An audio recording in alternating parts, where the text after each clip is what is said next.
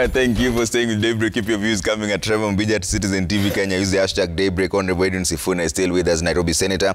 Honorable Boni Alwale, Kakamega Senator, is also still with us here. And Franklin Mukwanja, Executive Director, CMD. Thank you so much for making time. Mukwanja, so what is the way forward now? You've seen the back and forth. The protests have been suspended for now, till the weekend, but they're having a press conference on Friday.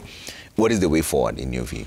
Thank you, Trevor, and good morning, Kenyans. Thank you for saving me from getting into the forays of these two very dynamic politicians by asking what's the way forward.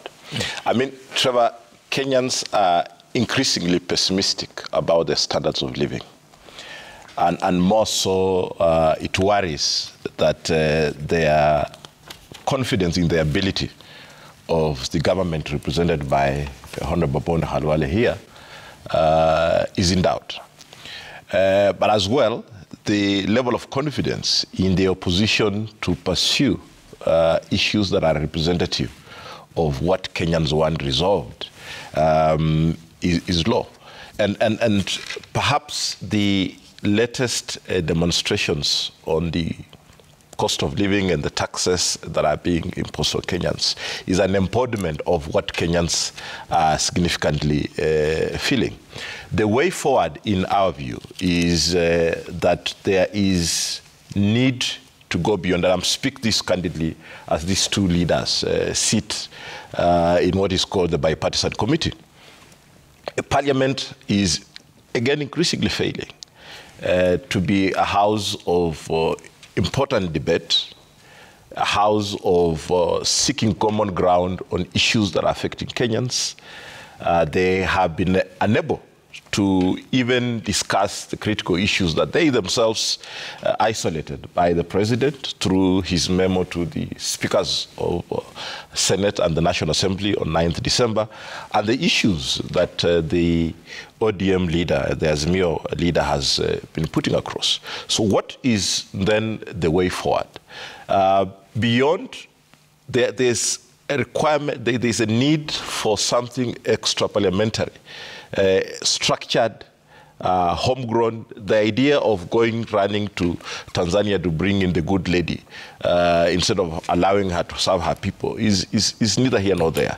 There is a need for structured, people-centered, focused on issues that people want for a wide-ranging conversation that is representative, not just about the politicians. You don't think there's a need for a mediator? We know the issues, all right? We have isolated the issues. Why this grandstanding? And when we know very well that some of the spoilers that Alwale is speaking to, I would say that it's actually violence is benefiting politicians. True. Right? Since 2007, the issues that were raised, other than having a government of national unity and everyone having positions, have we made significant progress away from the issues that were isolated in 2007? The government is quick to point that what the opposition wants is a handshake, and confusing the same handshake with nusu mkate when they are two different things.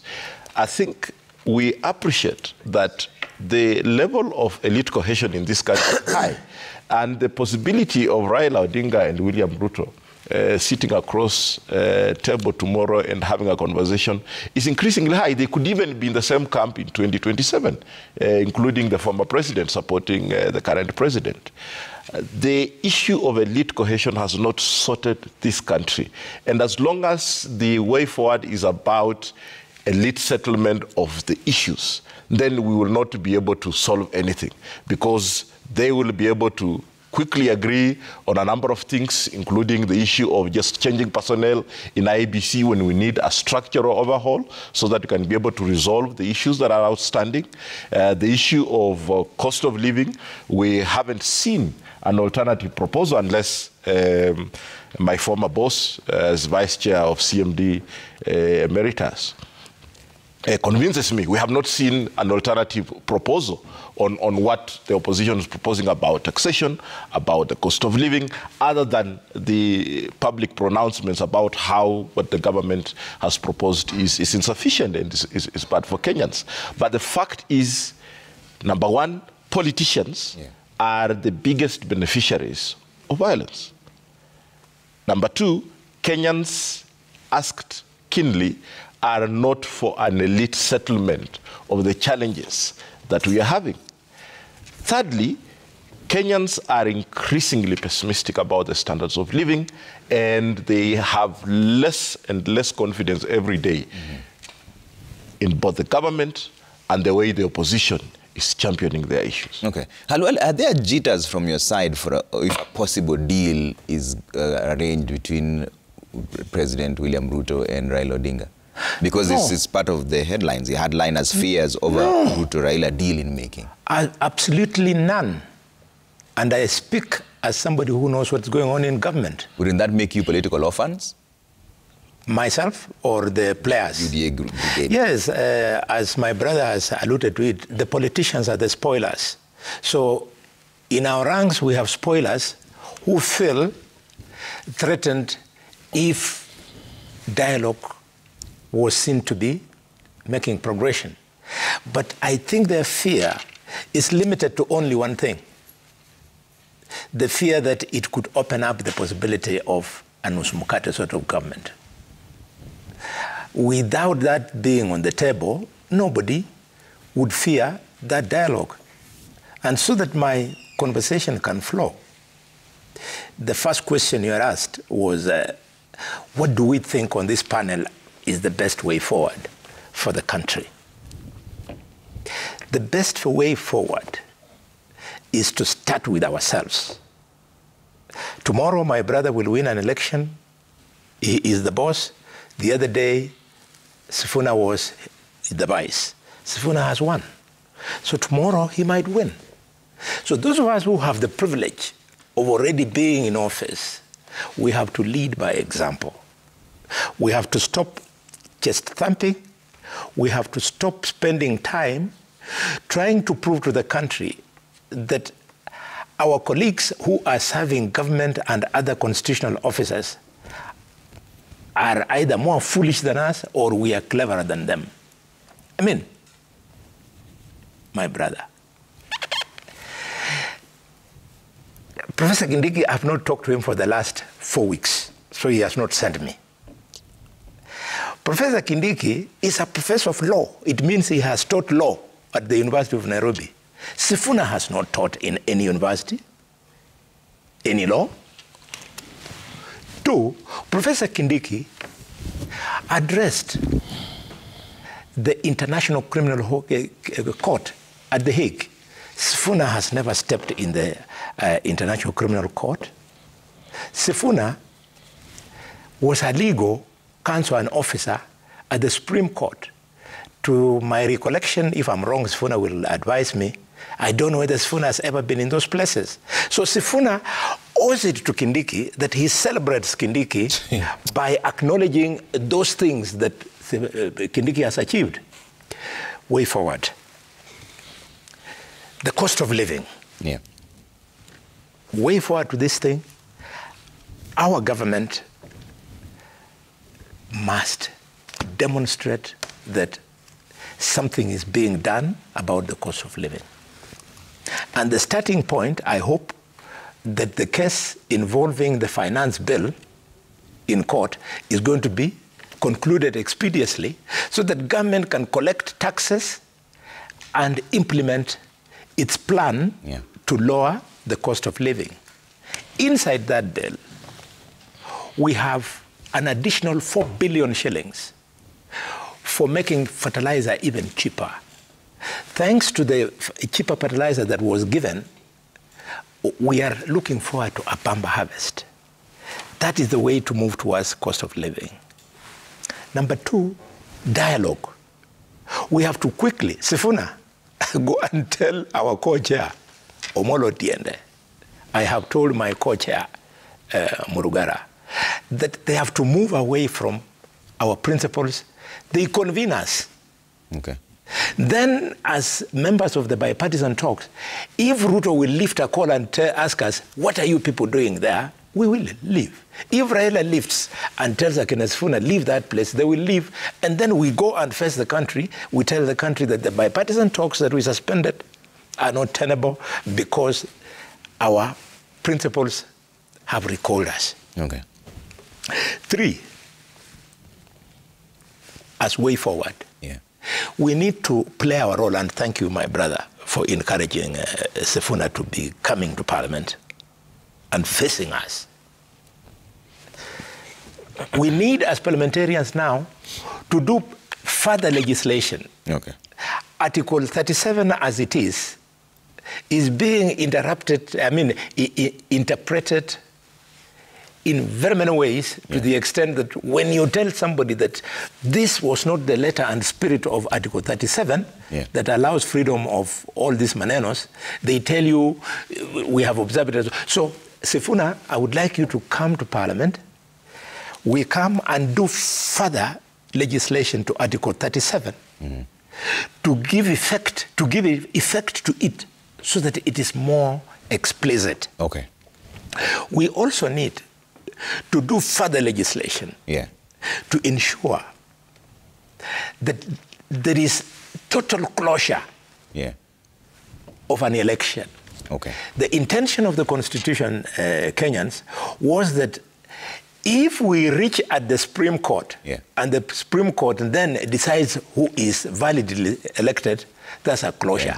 But ODM doesn't seem to realize that. Okay. So we need to do further legislation for us. Go beyond the Supreme Court. So that people can actually realize the election has come over. As far as Edwin Sifuna and co are concerned, the election of 2022 is still there. Okay. 2022 is still there. All right. Sifuna, what is your way? Now, before I come to the way forward, I just want to say one thing, Trevor, that Kindiki and Ruto and Gachagua, they best pray to their God that they remain in power forever. Because the seeds that they have sown, the Bible says, you will reap what you sow. We had a tradition in this country where we didn't go after retired presidents. We didn't see the sort of vengeance and vindictiveness from a regime that people would be elected and they would just proceed to serve the people. It is very clear that the main agenda of this government was to visit revenge on the people that they perceived maybe treated them badly when they were in power. I want them to pray that they stay in power for long, forever actually, because I am not a prophet. But when I close my eyes, I can already see that headline. I can already see that headline saying, ex-CS Kindiki protest police visit to his house. I can already see the breaking news item, Ruto addressing the press at night outside his mother's house because the police have come there. That is the seed that they have sowed, a seed of hatred and revenge and vengeance that they have watered with the blood of the innocents. I pray to God that they remain in power forever. Otherwise, what goes around comes around. As a young leader myself, I wish that we would see a new country. I would love there to be a country where it doesn't really matter what somebody did or did not do during their time in power. You leave them be. When you are elected, you move forward. I would not want this vicious cycle to continue, because in the end, what is going to happen is that people are going to run for office and perpetuate themselves in power only either to protect themselves from revenge or to perpetuate revenge on people who they perceive as having wronged them. Having said that, on the way forward, I am a very proud member of the Catholic Church this entire week, this entire month, because the way forward was pronounced by the Catholic bishops. And I want to thank the church, the Catholic Church, for being bold enough to speak truth to power. This question of organizations, of people trying to straddle the median and claim, oh, both sides are wrong, there can never be a middle ground in the face of injustice. The Catholic Church has proffered a way out of this entire crisis. You don't have to talk to Raila. I have said this many times. Frank, Raila has no problem. The problem in this country right now is a listening problem, that the people in power don't want to listen to the people who elected them. All that needs to be done is for Ruto to listen to the people. And the Catholic Church spelled out two easy ways out. Number one, repeal the Finance Act, because that's what the people are saying. That's what the people are saying. If you're saying we are the greatest beneficiaries of this, why don't they pull the rug from under our feet and do what the people want? Just listen to the people. The church said, repeal the The Finance Act, because it is visiting untold pain on the population. Number two, they said, remove your police from protests. That is the way out. Because we will always defend this constitution. And then, Trevor, there is no one in Azimio who's looking for an elite settlement. Because as I've said, the beef is not between these two leaders. The only thing, maybe the argument would be that the people feel, and this is something that is subjective, I'm sure people will object, that maybe Raila Odinga is the best person to represent the views of the people in that particular discussion. But at the end of the day, that discussion doesn't need to happen. All that is required for this crisis to end is for Ruto to listen to the people, not talk to Raila. And Raila has said it 1,000 times. I am not aware of any intention to get anything, including the last press conference that he gave. He said he doesn't want this spoiled bread. He said it. So what you need to do is just to listen to the people. On this question of bipartisanship, Frank, I want to inform you that there does not exist anything called a bipartisan team in this country today. I personally am not aware of any team called a bipartisan team. I see this friend of mine, Mheshimiwa Murugara, sometimes issuing press conferences and calling himself a member of a bipartisan team. It is in public knowledge that that team was disbanded. I was a member of that committee. In the Azimio fraternity, we were recalled. It was disbanded. There's no one called a co-chair of bipartisanship. If you are talking about Honorable Tiende Amolo, he doesn't have the mandate of the PG to have discussions with anyone. And if these discussions are going to happen, because you see, we reported here that we did not see seriousness. We did not see any commitment from Khalwale and his colleagues during that discussion. It was just tea and mandazi and jokes. And the same, I thought that the problem was with Kina Khalwale. Kumbe, as they say, the fish starts rotting from the head. Even when President Suluhu was here in the country, she was in Nanyuki here for 2 days, on the invitation of Ruto himself. And then Ruto himself, just like Khalwale, does not show up. Ruto, like Khalwale, does not engage in any meaningful discussion with her.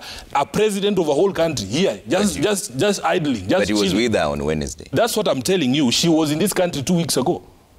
You people are aware. And she was here on the invitation of Ruto. But I can see that these people were just borrowing a leaf from their leader. Lack of seriousness on any engagement at all. So for me personally, I have said that because I know there is lack of seriousness, I wish that if there is seriousness, all Ruto needs to do is actually to just listen to the people. He can very well communicate or order his voting machines in Bunge to repeal this thing the way they imposed it. He doesn't need to call Raila on anything. Then they are saying that Parliament has failed. I agree totally.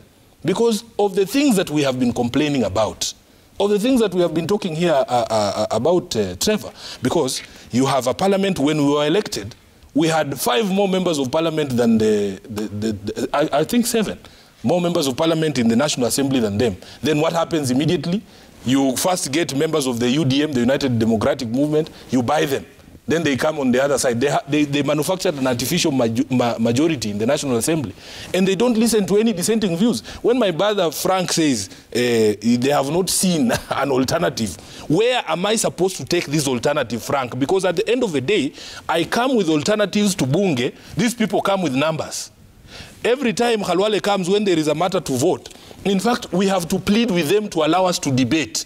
I'll give you the latest example is when the report on the impeachment of the deputy governor of Siaya came to the floor of the House. We reached there and the speaker calls me and tells me, Sifuna, these people are saying we put this thing straight to the vote. You people need to agree or else I'll put it to a vote that there be no debate. This is a house of debate. People come to the House telling you they don't want to debate. They're saying put the question, put the question. If I have fantastic ideas, Frank, where do you want me to take them? These people have dismissed me from the onset because they see Sifuna, they see horns and a tail. This is the devil. They can't, nothing good can come out of our mouths, no good ideas. When we told them, for instance, because the country is facing this difficulty, please do not increase the VAT on fuel. Why is that not an idea that can be listened to? And it is not coming from me. It is coming from all the ordinary Kenyans. Kenya Association of Manufacturers presented a paper before the committee, KEPSA, civil society, you yourselves as CMD, I am sure you gave your views. 99% of the Kenyans came with these alternatives that you're talking about. They were met with numbers. and orders from State House. So please don't tell us to give you alternatives, because where are we supposed to take those alternatives? These people don't listen at all, you know. So for me, really, the way forward is very, very simple. Please listen to the people. Okay. And every indication, you know, everything you do as a professional. Khalwale talks about me never having gone to present a case in the ICC and the CG which other courts. That is not the indication. Yeah. That is not what gives you the appearance or the semblance of somebody who's a professional. I have an oath, 3 oaths actually I've taken to defend this document. And the fact that you have gone to the ICC and you don't even understand the Article 37, it makes it even worse. That somebody can actually be an international lawyer who practices in the international courts and does not understand the bounds of Article 37. That you take pride in subverting the document that you swore to uphold and defend. That you actually teach this thing, but I forgive them.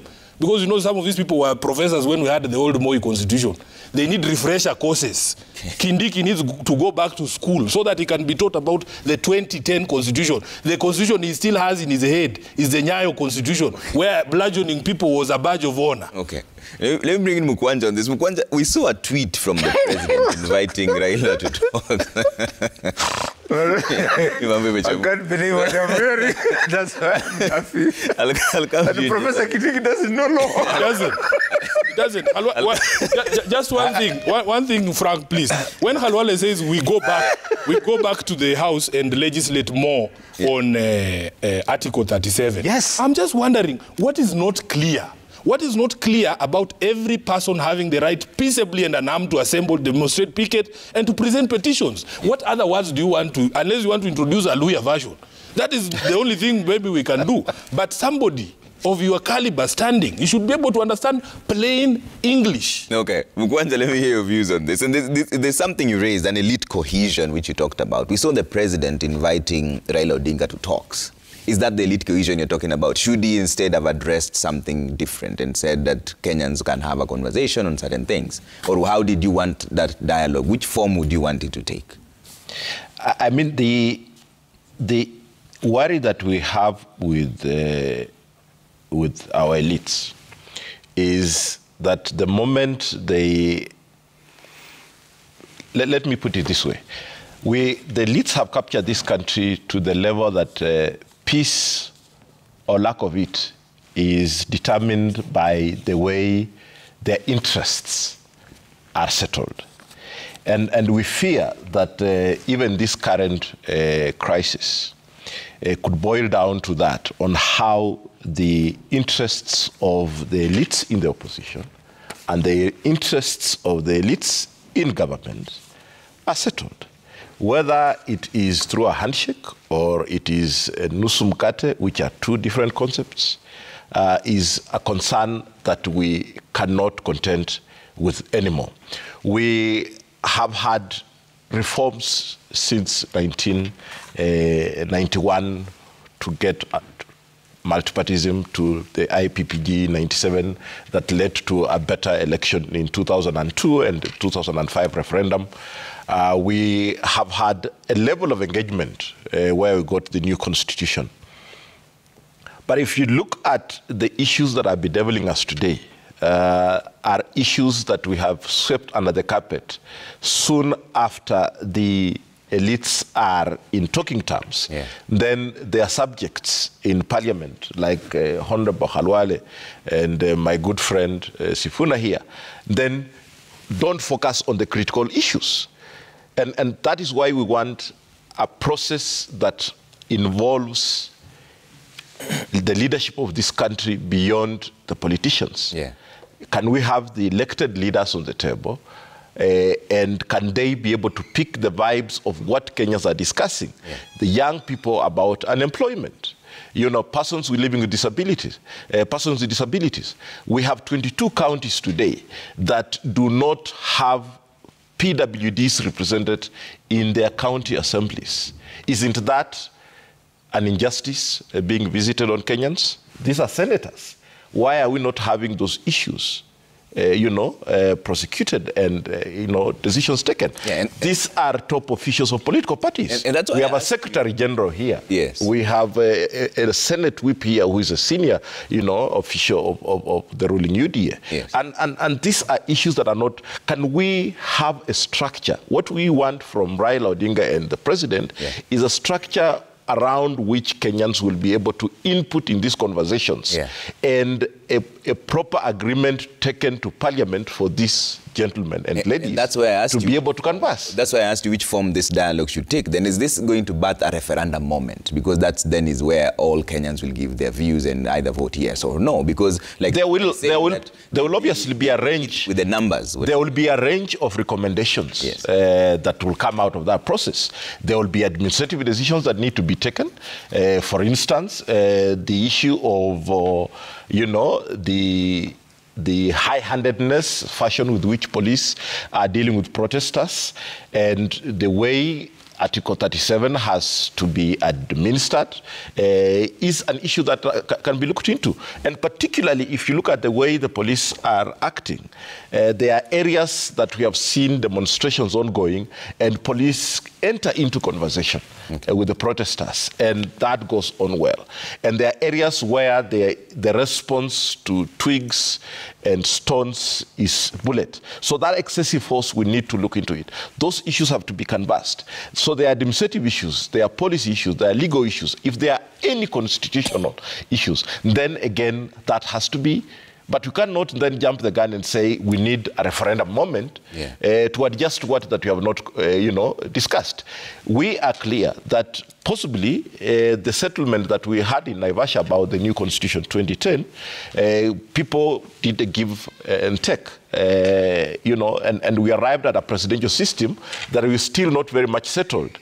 And the challenges that we're going through, how do we further develop our political parties, institutionalize them in a way that the issues the Secretary General of ODM is complaining cannot, come when Kenyans elect and they allocate number of seats to this party and allocate the other seats to this. That is how they are setting up the government. So what do we do? Is it sufficient to say the person to declare that a politician has crossed the aisle? And this is not just a Kenyan problem. World over, we are seeing politicians misbehaving in that manner. But is it sufficient still to rely on the speaker to declare that Khalwale's loyalty has shifted from A to B? Or do we need a more deliberate way to make sure that the politicians are more disciplined? Because Kenyans don't just, it is like you're hired here to broadcast and to host the State of the Nation and other work. Then we find you at the gate simply because you find that job more exciting. I mean, that's not what you're paid to do. And these are the things that we're talking about. But we can only begin to start calling for, let's have a referendum once this conversation has happened.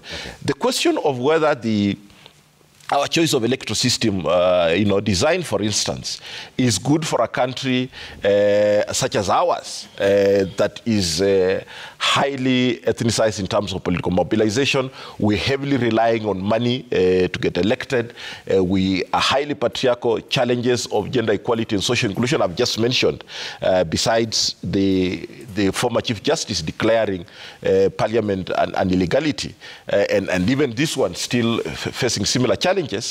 Are we sure that, for instance, First Past the Post will continually help us resolve the issue of gender equality and social inclusion, dealing with the issue of money in politics, particularly illicit money flowing in politics, because it's majoritarian. It's how much do you have, to be able to sustain the campaigns and such.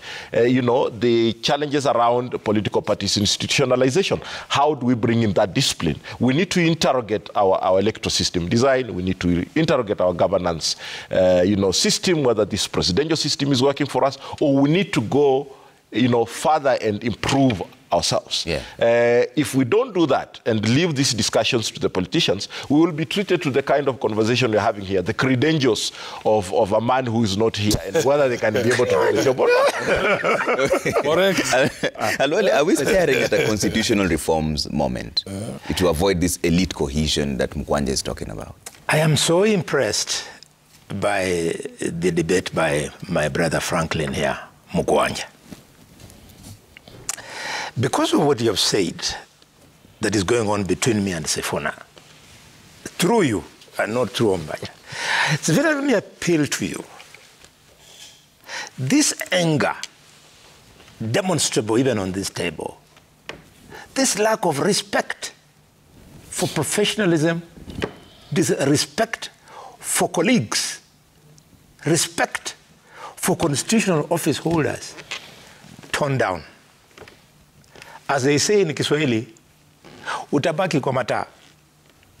In fact, the way I'm saying it, Sahi, Baba might have left you already in the red lights and is gone. Just tone down. Think hard. Why do I say this? It is because I have had the opportunity personally to be advised by Edwin Sifuna on matters of law. I sat with Edwin Sifuna in the committee of impeachment for the governor of Meru, and I found his contribution extremely useful. He's a very good lawyer, a very good legal mind. But Sifuna accepted, you are a greenhorn, total, absolute, a greenhorn in legislation. You do not know legislation. To face the public and tell the public that there is nothing more to be added to Article 37 confirms that you don't know legislation.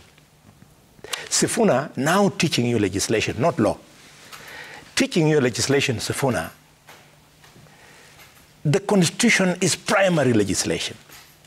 For the Constitution to then become operational, from time to time, we will continue doing secondary legislation. And therefore, seeing the challenges we are having under Article 37 Sifuna, there is need for secondary legislation to give effect to that particular article. And what do I mean, Sifuna? The article you're trying to read here and tell me that you want to read to me in Kiluya. And allow me to refer you to your performance at Musingu High School.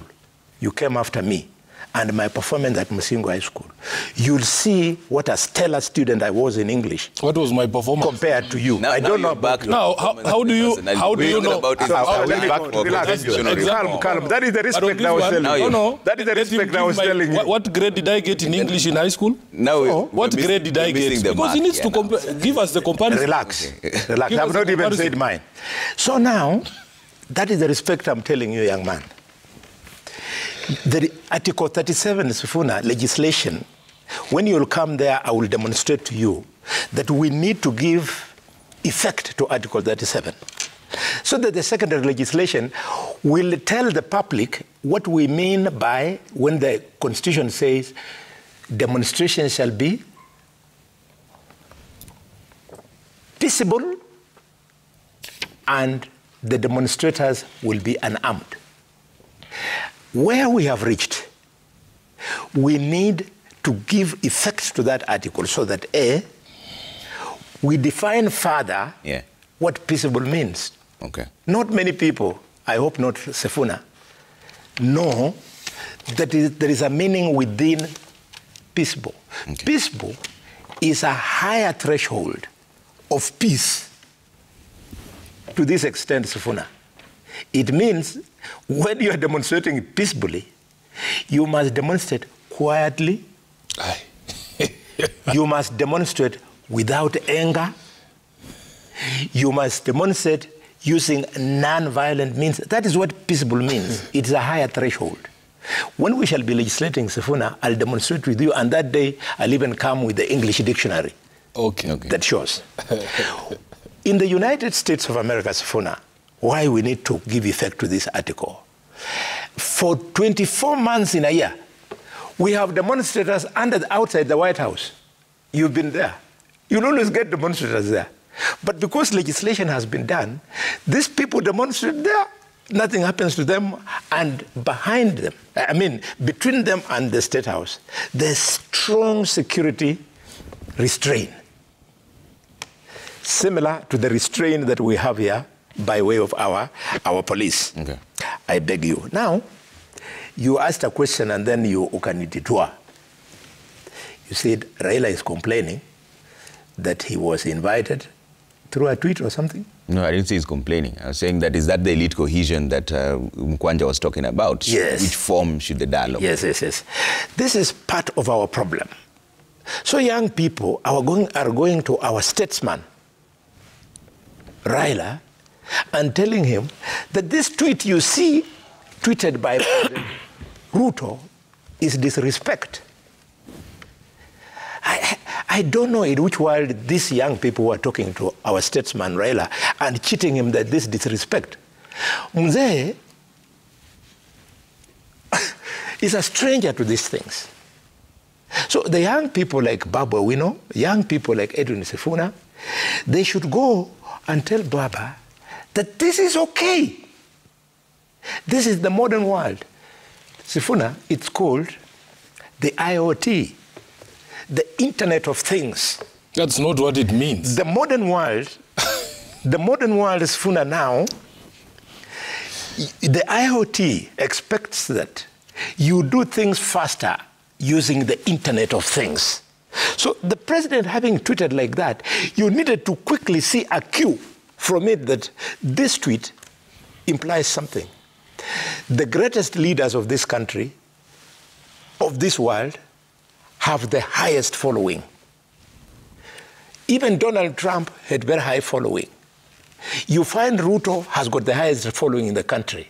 You find Raila has got the second highest following. You find Boni Khalwale has the highest following from the leaders of Western Kenya, below Raila and the others. Okay. Because we are on the cutting edge of technology. Okay. So Raila needed to be shown that that tweet was not disrespectful. Being invited by a tweet is fine. Okay. It's fine. Let's bring in Sifuna on this. No. Get your response. Are we staring at the constitutional reforms? First, Khalwale doesn't even know the distinction between social media and the Internet of Things. But as I've said here previously, I've exhausted my civic education budget. I am no longer going to teach the ignorant anything. But allow me to comment on something. First, they say that one of the greatest compliment is to be despised by the wicked. I feel very complimented when people in Kenya Kwanza just hate my guts. My entire existence is just grotesque to them because these are wicked and evil people. So when Khalwale expresses disappointment in me, I feel a certain warmth. My brother Franklin, if you hear Khalwale complimenting you, you are on the wrong path. Be very careful about the compliment. I am telling you. So when he's trying to lecture me about respecting elders and respecting the professionals, I am telling you, your conduct is what will determine how people perceive you. It is not the schools you went to, which courts you've presented before. That is not what determines how people respect you. Respect is earned. There is nobody who just sits there expecting to be respected. No. It doesn't work like that. You earn respect. And I'm telling you some of the pronouncements that are coming out of the mouths of certain people. I like you on one thing only this morning, that you have acknowledged, separate from other people in Kenya Kwanza, that in fact it is the police visiting violence on the innocents, who you called collateral. Only point of departure, Khalwale, is that none of these people needed to die. None of them needed to suffer the pain that they are suffering right now, but for that police action. On the question of legislation, Khalwale, you will struggle to teach me English. You have said you did better than me in Musingu, but you have refused to produce the results. So that I see, yes, you got an A, maybe you got a triple A, I don't know which, did you do Kase or whatever it is you did in your old days. But I am saying there is two distinctions, and I want to give you an example of two articles. When there's something called a Bill of Rights. I wish you had your copy there so that we go together. The Bill of Rights is separate from the rest of the Constitution. These are rights. Which article? These are rights. So Article 37, if you look at this Article 37, yes, after the right is pronounced, there is no requirement whatsoever for additional legislation. And it is deliberate. Any article of the Constitution that requires additional legislation is expressly stated in the Constitution. Let me give him the example that I wanted to give him. Article 104, on the right of recall of members of parliament, such as yourself, who I believe should be recalled by the people of Kakamega. It says under Article 104(2), Parliament shall enact legislation to provide for the grounds on which a member of Parliament may be recalled. It expressly says so, where the Constitution feels, and the framers of the Constitution felt, that there needed to be further legislation to clarify matters on the operation of that particular article of the Constitution. You will not find that under Article 37 because this is written in plain English. I can assure you, anybody who knows to read can understand what this article is saying. People like Kindiki, they know what this article means. I'm not saying he's dumb. I'm saying he has forgotten his oath. I'm not saying he's not knowledgeable. He knows. He's breaking the law. He's violating the Constitution in full knowledge that he's doing so. So this is plain English. Plain English. You don't need to be told, oh, bring further legislation to define what peaceably means. What do you mean you don't understand what peaceably means? And you cannot tell somebody that you can only protest while quiet. That is an you are fettering on the same right. The bill that has been brought forward by the Kenya Kwanza before the National Assembly on this Article 37, it is meant to fetter, to reduce the freedom. And I can assure you, even if you pass it because your voting robots in the House are going to do that, it will fall on the sword of justice in court. So we are not worried about that. Trevor, we want people to respect life first. I have seen people mourning flower pots here in Nairobi. I have seen people mourning bitumen at the OCU, some roads were damaged.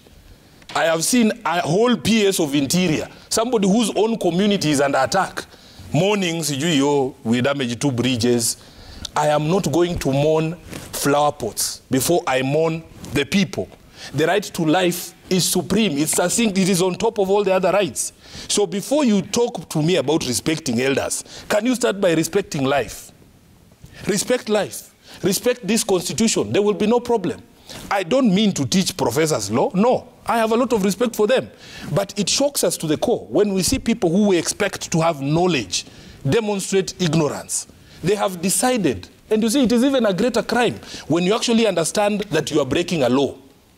You know that it is wrong, but you're doing it, and then you take to public platforms and chest stamp and say yes. And as I've told you, in this life or the next, I assure you, Trevor, we will see a headline of ex-CS Kindiki crying about police raiding his house. It will happen because that is the seed that he has sown. And because he's a believer in the Bible, he knows you must reap what you sow. You do unto others as you expect to be done to you. It is only a matter of time. So let us have a conversation. If we are going to have a sober conversation, let us agree, first of all, that what is right, what is wrong is wrong. I commend the Catholic bishops for calling a spade a spade. I commend the Law Society of Kenya for calling a spade a spade. I commend the Commonwealth Lawyers Association. By the way, all of these characters are members of all those organizations. I don't know which profession, which church Kindiki goes to, but I'm a Catholic, I'm a member of the LSK, I'm a member of the Commonwealth Lawyers Association. They are all saying the same thing, and those people, all of them cannot be wrong.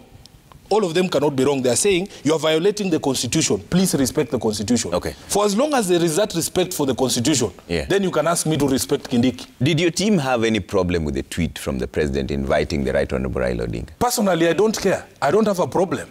We have, some of us, great success in what they call DMs. You know what the DMs? I'm sure he doesn't know what the DM is. So social media for me is not a problem. You can invite anyone to anything through any means for as long as you reach them. But the question is, where is the sincerity? Where is the honesty? We have seen and we have demonstrated here that even in the bipartisan talks, there was no sincerity. There was a manifest lack of good faith. And it has been demonstrated that, in fact, those were the instructions of Ruto, because even him, after inviting a fellow head of state into the country, did the same thing that Khalwale was doing to us at the bipartisan. Speaking of bipartisan talks, I think we have a soundbite from Honorable Murugara on that same conversation. Let's hear what he had to say. We are prepared for the renewed talks to re-engage, but again we reiterate our position. All talks must be conducted within the parameters of the law.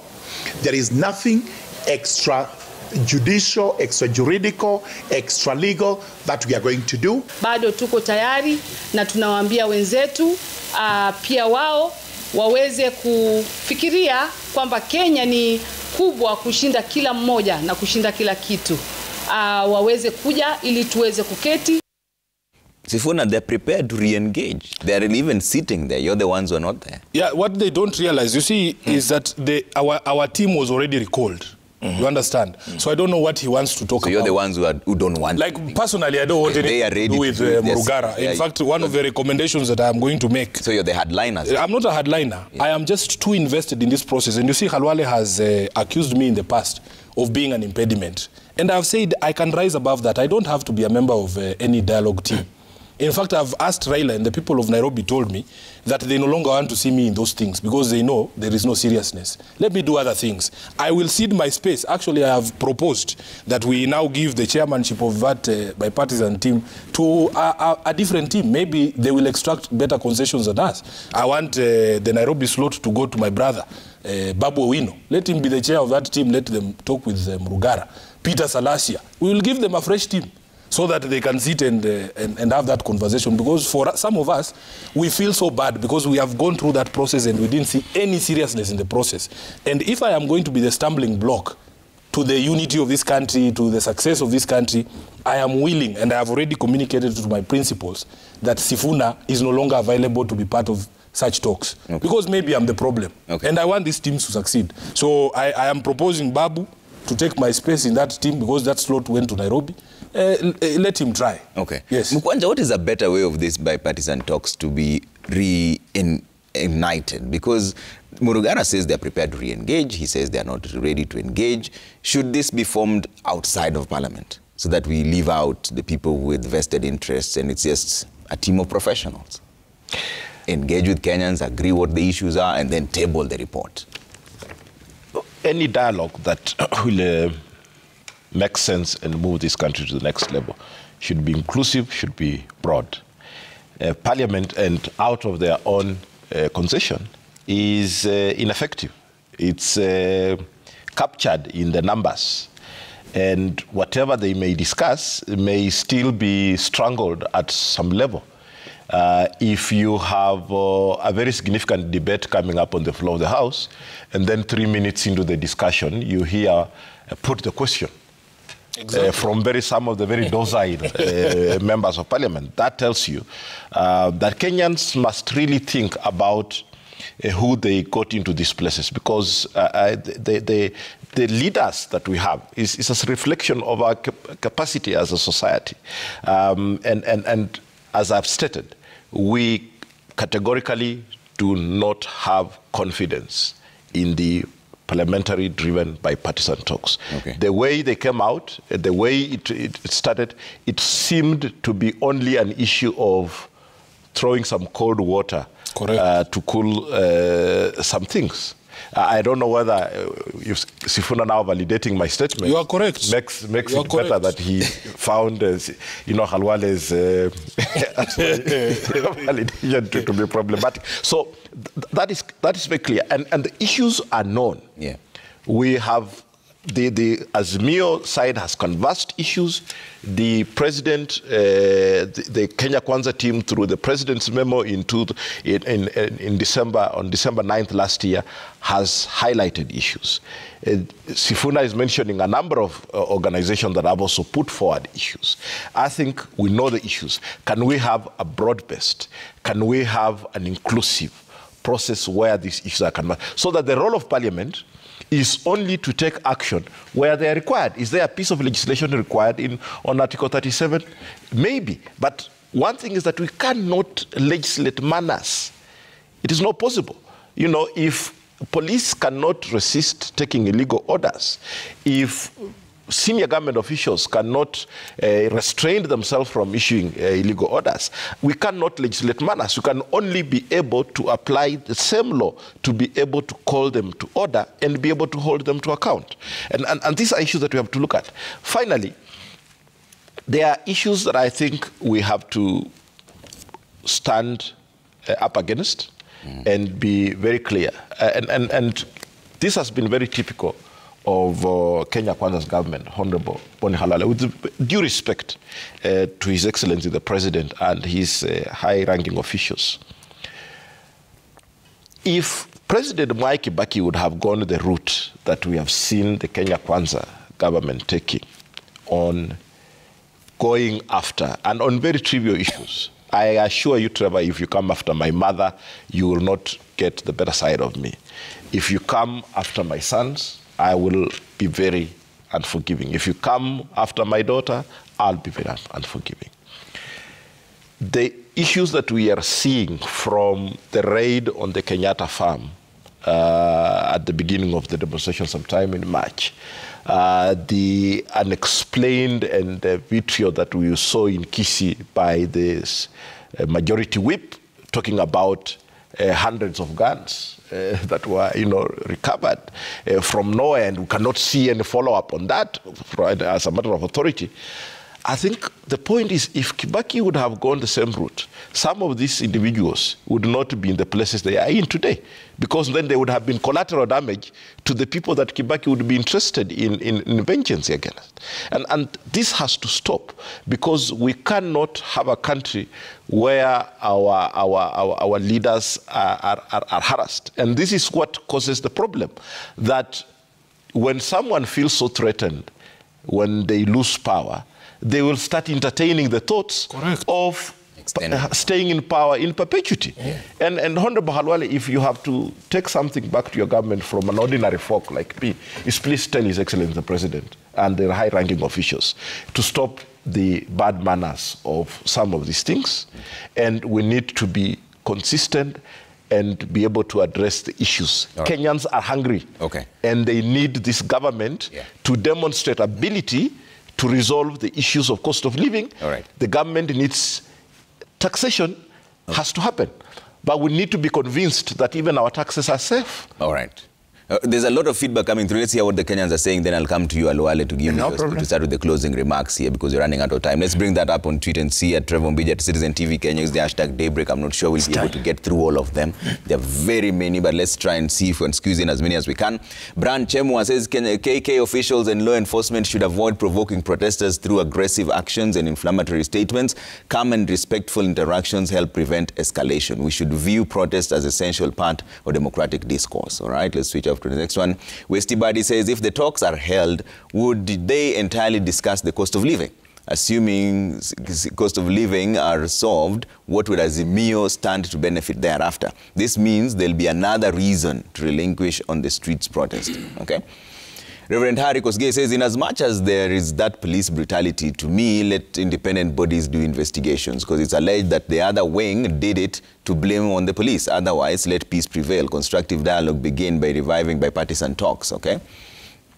Engineer Nazaro says, the naked truth, police committed several atrocities to unarmed wananchi as the whole world watched. Honorable Aluale, please stop dragging Kenyatta's name to what appears to be purely Kenya Kwanza arrogance and impunity. The world is watching, okay?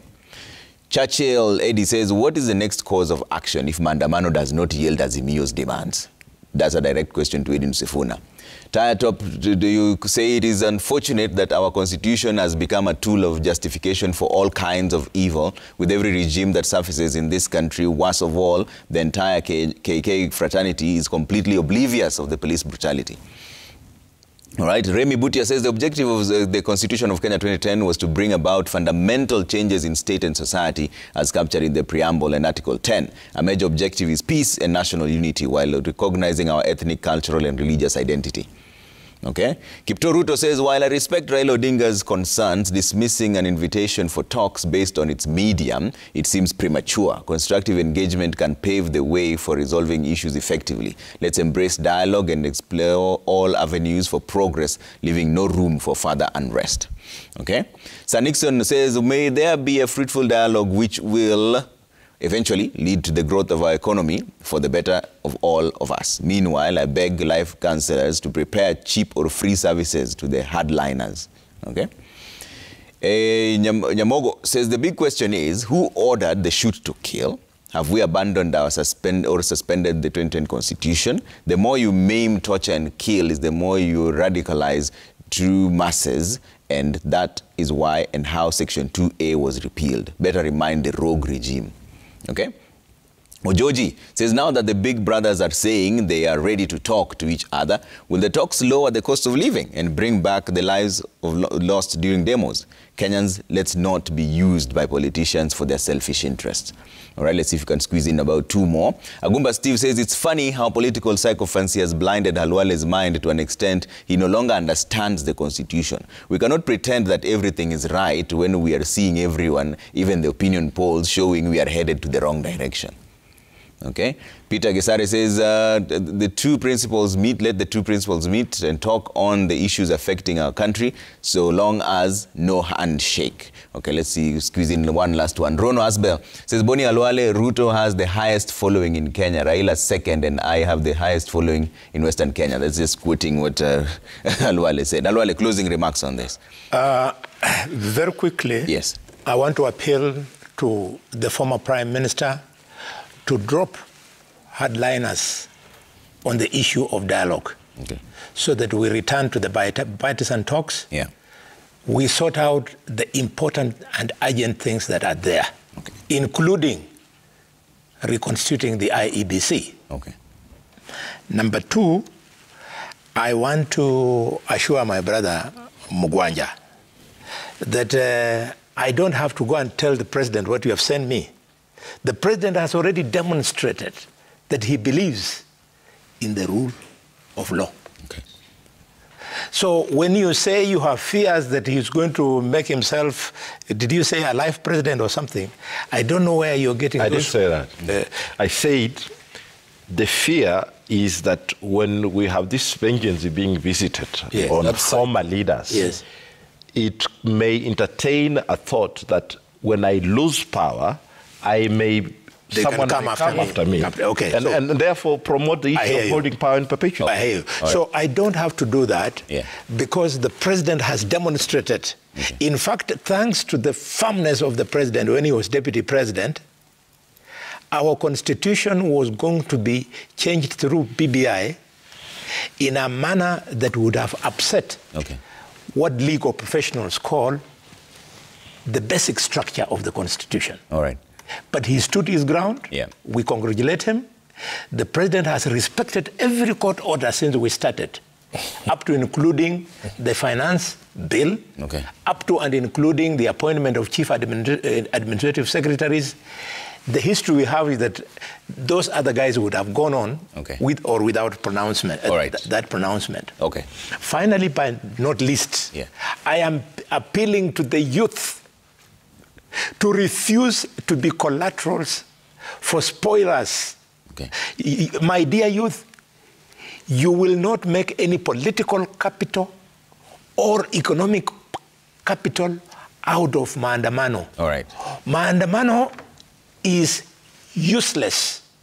What is useful is the demonstrations as envisaged in Article 37 of the Constitution. All right. My brother, let me say this.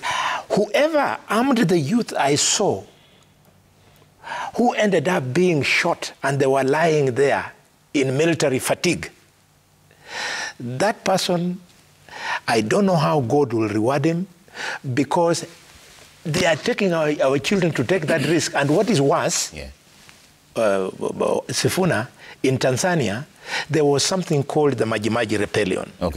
The leadership proved to these African people that they could stop bullets using water. The Majimaji Rebellion. Don't go there. The police will have to protect lives, protect property, protect businesses. If you go there to dare the police, be prepared for the consequences. Sifuna, closing remarks, very briefly. Yeah, first I have said on this show that it is not bravery to run bare-chested towards a contingent of police who have been given an illegal order to shoot you. We don't do those things. But we must defend our right to demonstrate and to picket under Article 37. It baffles me that it just doesn't make any sense. I don't know what happens to us politicians, that because I sit on this side and Halwale on this side, that somehow in his world the sun rises from the west, and in mine the sun rises from the east. Is there no way that we can establish an objective truth? You cannot tell us that your president is a rule of law president. You know very well, even you buy fuel here, out here. You know that he has disrespected that order. EPRA still enforces the new taxation on fuel, despite a court order. We are in a aspect, Trevor, of illegal arrests. We have gone back to people, even journalists being assaulted in the presence of a court. You are arrested and then drugs are planted on you, fabricated charges. People are being arraigned to court at night. Things that we thought we had left behind a long, long time ago. So you cannot tell us that you are a rule of law president. Somebody is given cash bail by a court. Because I was here trying to explain to him that arresting someone is not the end in itself. It's just a beginning. It's a process of, in the criminal justice process, that after that you must present that person before a magistrate. Don't talk to us about rule of law. When you're flouting the law, you're breaking the law every single day. You told us that you would no longer use instruments of state, the ESCC, DCI, and KRA to come after people. That is exactly what you're doing, and doing it so shamelessly. Imagine, Trevor, this is the country that we are living in. But what we are saying is, we will not be broken. We will not be broken. We are prepared for whatever it is these guys are going to do, because, as I've said, the people who fought for this document, wherever they are, some of them lost their lives. They would absolutely turn in their graves if Sifuna said, okay, Kindiki has banned protest, now I'm going to stop protesting. He has no such power. And these rights, we must defend them, and the way to give them life is to actually exercise them. Lastly, the solution is very simple. You don't need to talk to Raila. We don't need bipartisan talks. Listen to the people who gave you a mandate. If you're claiming you have the mandate from the people, just listen to them. Okay. The Catholic Church has given you a way out. Okay. Call your voting robots in Bunge. Tell them this thing is unpopular, it is hurting the people. Okay. We will try another time. Don't call Raila. He's not the problem. Okay. Yes, just listen to the people. All right, Mukwanja, 1 minute. Closing remarks. I think Kenyans have to remain hopeful, and ensure that the leaders they elected are doing the job that they were mandated to do. We have come full cycle to the extent that we have the patron of Azimio, who lately addressed the country, His Excellency, the former President Uhuru Kenyatta, acknowledging that William Ruto is duly the President of Kenya. I think some of those matters must now be set aside. Let us focus our energies on the issues that are affecting Kenyans. Number one, the cost of living. Number two, the issue of IEBC. We cannot do the same thing and expect different results in 2027. We need a commission in place. There are areas in this country that don't have elected representatives because there is no commission to conduct elections. We have the dicey question of boundaries delimitation, and we need to look at that very urgently. A commission is needed in place. All right. The issue of electoral reforms is very important. 2022 was the general election, the only general election we went in without comprehensive reforms, with only the Political Parties Amendment Act. A lot of the shenanigans we had towards the last, the period ending the last parliament without any significant reforms. We need those things now so that we can be able to secure the country now and also in the elections of 2027. Political stability is very key. Without that, we cannot have economic stability. All right, gentlemen, thank you so much for making time this morning. That has been State of the Nation. Coming up next is Chef Oscar right after the break on Cooking Tips. All right, bye for now.